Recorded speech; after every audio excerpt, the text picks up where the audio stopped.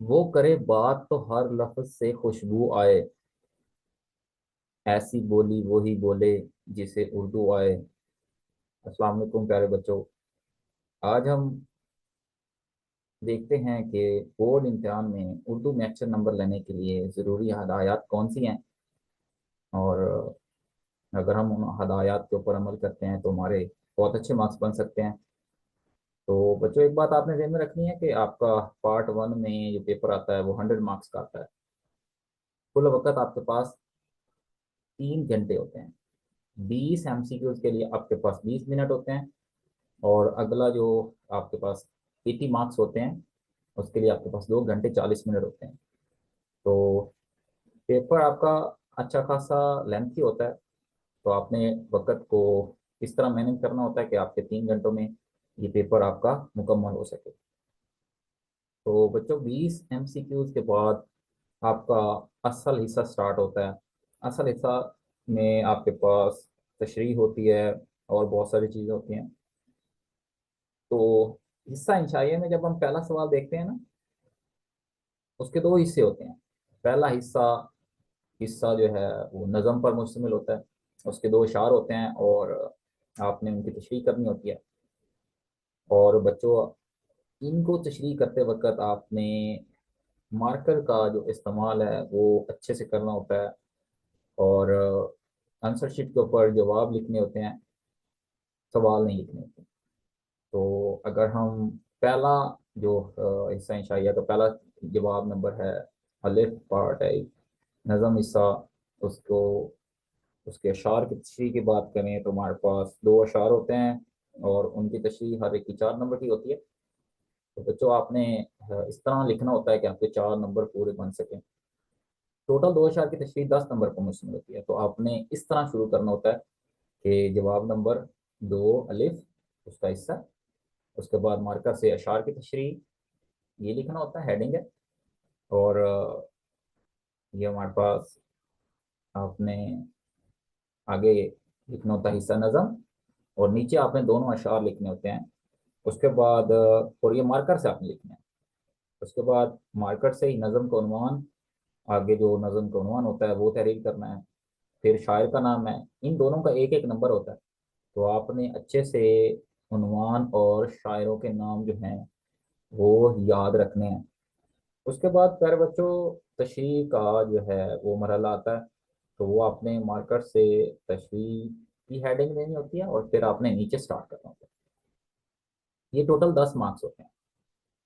इसी तरह अलिफ के बाद बे हिस्सा आता है, तो वो बच्चों गजल पर मुश्तमिल होता है, और ये भी तीन तीन अशार पर होता है। ये 3 अशार गजल के होते हैं और आपने हर एक की तशरीह करनी होती है अलग अलग। और गजल का जो लिखने वाला शायर का नाम होता है वो आपने एक नंबर उसका होता है, तो वो आपने लिखना होता है। और शेर जब भी लिखना है उसको मार्कर से लिखें।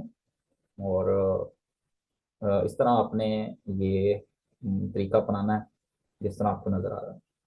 तो शायर का नाम एक नंबर का, और 3 अशआर की अलग अलग तशरीह आपके 3 3 नंबर की होगी। तो आपके टोटल जो नंबर बनेंगे 10 बनेंगे।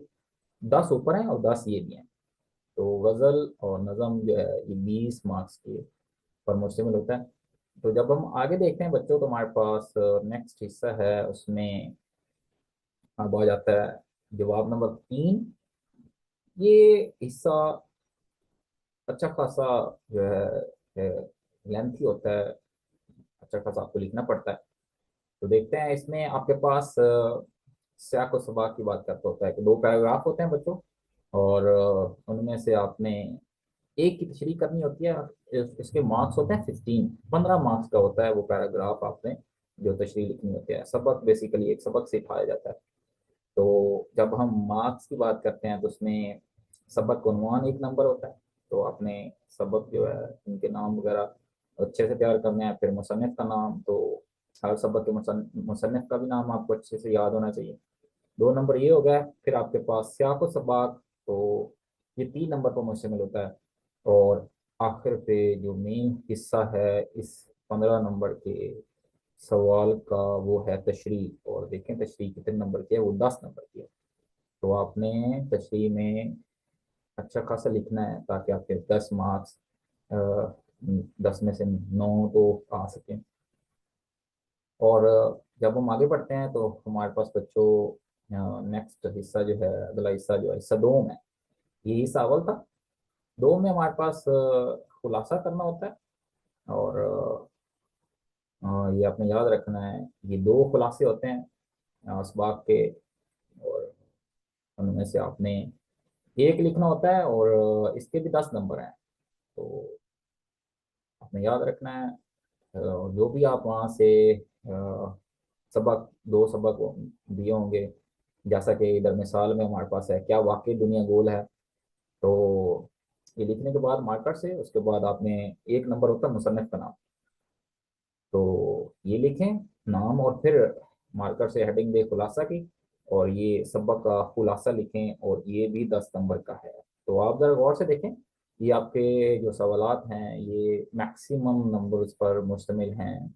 पहले हमारे पास इसका नज़म था, 10 नंबर उधर से, इसका गज़ल 10 नंबर उधर से, और फिर 15 नंबर की आपकी जो है सियाको सबाक थी, और 10 नंबर का ये खुलासा आ गया।